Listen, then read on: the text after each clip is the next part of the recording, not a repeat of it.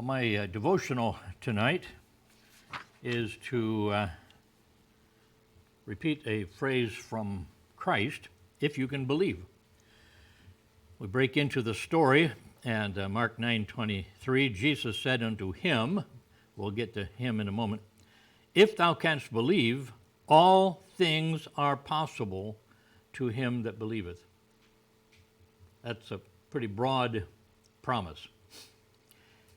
A certain man had a demonized son. We often talk about demon possession, but if you go back to the way the Greek actually says it, it doesn't have anything about possession. It just says they are demonized. Had a demonized son, and when that evil spirit took him, he would tear him so the son would foam at the mouth and grind his teeth, and the boy was wasting away. So the father began with faith and high hopes, but now doubted anything could be done. The disciples, if you remember, had tried to heal his child, but could not. This is why, when he came to Jesus, he said, if thou canst do anything, have compassion on us and help us. That's a pretty weak plea for help, isn't it? Jesus, without rebuking him, because he understood what was going on, he didn't tell him, retract that if. But he put the if in its correct place.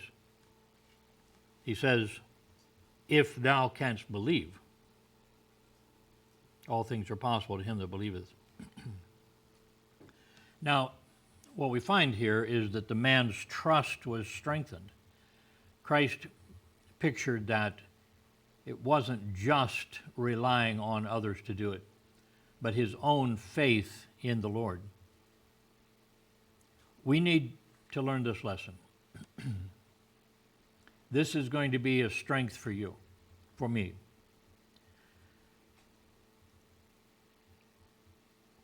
When we, like this man, put an if in our request to God, we jeopardize our entire prayer. If you can help me, if you can give me grace to overcome temptation, if you can give me forgiveness, if you can make me successful. Start out with doubt here, see? Go to God, the Almighty, starting with doubt. So no, put the if in the right place.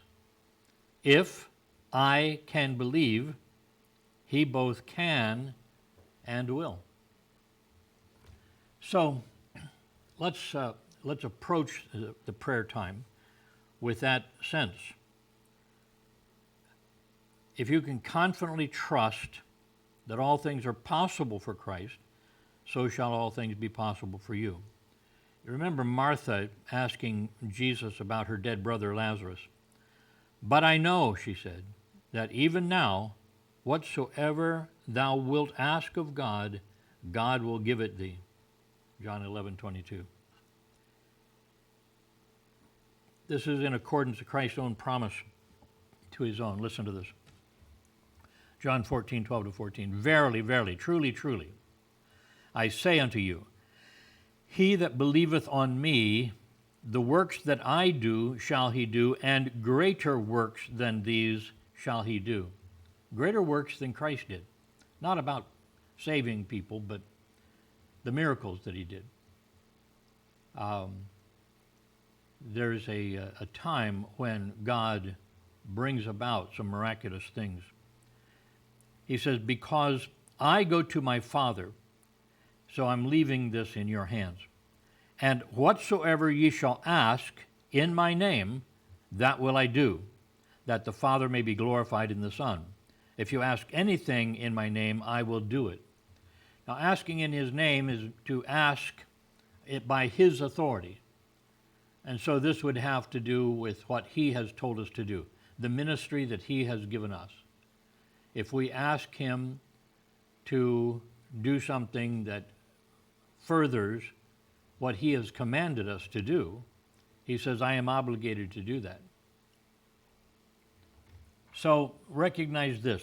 Faith honors the grace of omnipotent God and clothes itself with God's glorious might. All things without limit are possible to him who believes. You look around and see this is an impossible situation. You look at yourself and say, I have a problem, I have a disease, I have a difficulty, I have a situation, and nobody can help. But all things are possible for the one that believes. Ask, my soul, can I believe my Lord tonight? Can I believe my Lord?